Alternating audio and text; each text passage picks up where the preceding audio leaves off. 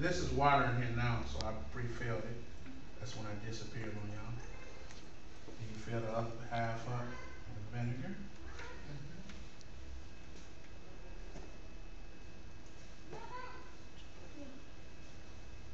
Like so.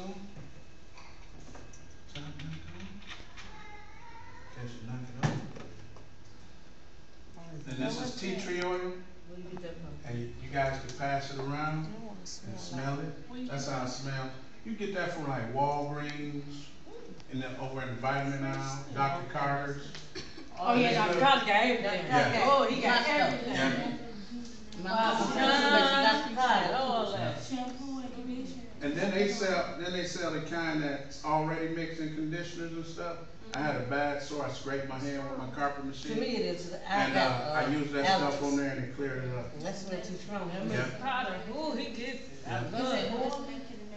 This isn't oily, but they do have some that's oily. You can get them from like beauty supply stores, and it's called Hollywood's, and it's tea tree oil. They have it in most beauty stores. Then you just use a few spots, a few drops, not much. Is it on? No. But it kind of breaks down the smell, and you can pass that around and smell it. There's a lot of stuff I can't smell that we did. Oh, this thing, That smells good. Mm-hmm. That smells really good. Not like the stinky vinegar smell. You don't like that? And then, like she said, if you want to use lemon juice, Yeah. you can do that as well. You don't smell nothing else, Molly. Yeah. That smell like ammonia. You do. I said that smell like But the ammonia. thing about it with asthma, it won't mess you up. Allergy. And that's what messed me up. Mm-hmm. Cause I can't use a lot of things cause me and my son asthma. I'm not trying to be funny, but that's So you that's can use strong the to lemon? me. The lemon. Yeah, you can do the juice. lemon too. But you see how that's fizzing up versus when she did it, it didn't fizz.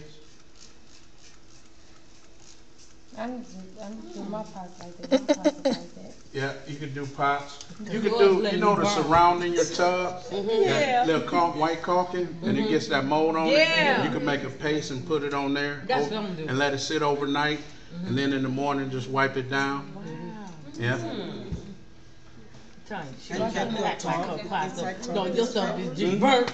Your tub. The tub, yeah, you can do it in your tub. And then this should.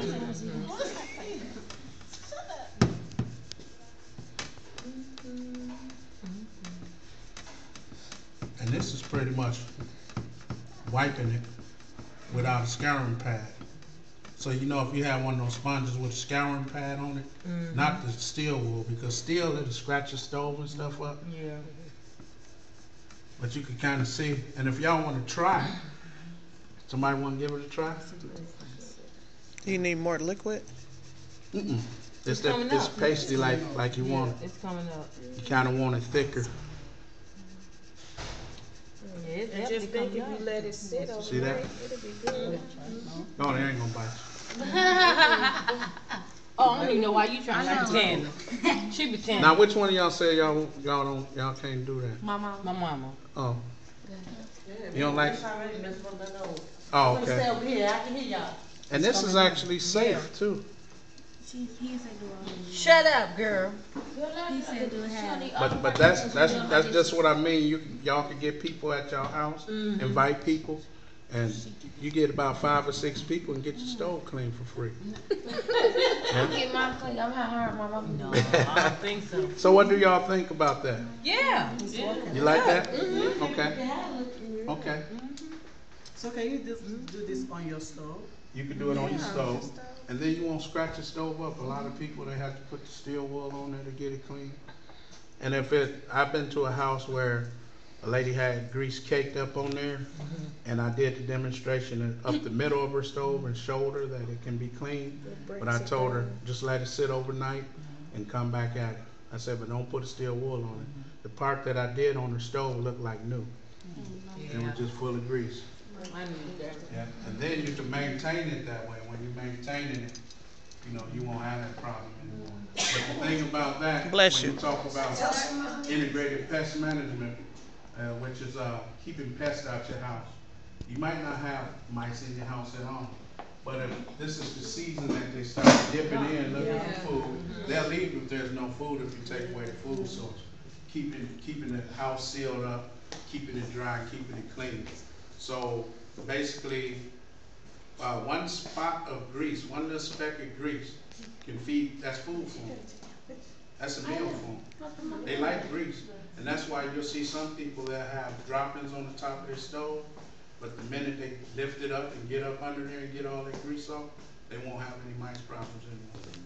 Keeping the lids on their garbage cans, things like that. And so what I do when I come to the house is I just basically show you all the different things that you can do to keep the pests out if they're in.